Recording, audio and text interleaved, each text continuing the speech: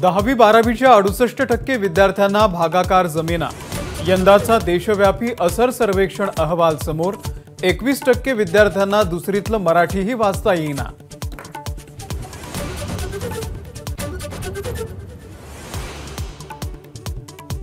लोकसभा निवडणुकीसाठी भाजपच्या केंद्रीय नेतृत्वाचा राजू शेट्टींसोबत संपर्क। महायुतीमध्ये सहभागी होण्याची विनंती केल्याची चर्चा। मोठी ऑफर दिली तरी हुरळून जाणार नाही, राजू शेट्टींची प्रतिक्रिया।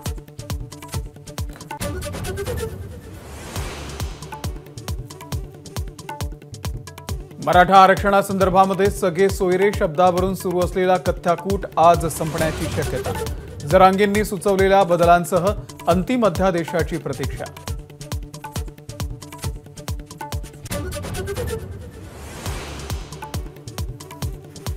मुंबई महानगरपालिकेमधील कोविड खिचडी घोटाळा प्रकरणामध्ये सूरज चव्हाणला अटक। आदित्य ठाकरे यांच्या निकटवर्तीयावरती ईडीची कारवाई। आज कोर्टामध्ये हजर करणार।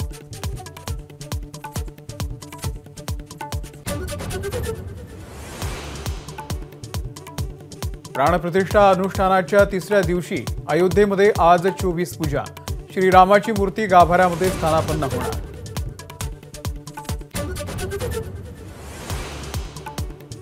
नक्षलवाद्यांच्या महिला आघाडीचा राम मंदिर उद्घाटन सोहळ्याला विरोध।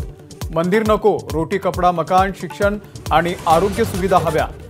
सोहळ्यावरती बहिष्कार टाकण्याचं पत्राद्वारे आवाहन।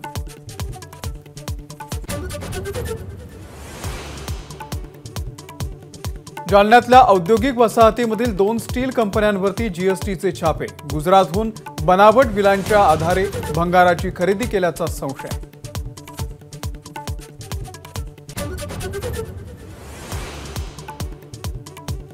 राष्ट्रवादी महिला काँग्रेस अजित पवार गटाचा आज नारी निर्धार मेळावा। षण्मुखानंद सभागृहामध्ये अजित पवार, प्रफुल्ल पटेल, सुनील तटकरे यांच्या उपस्थितीमध्ये कार्यक्रम।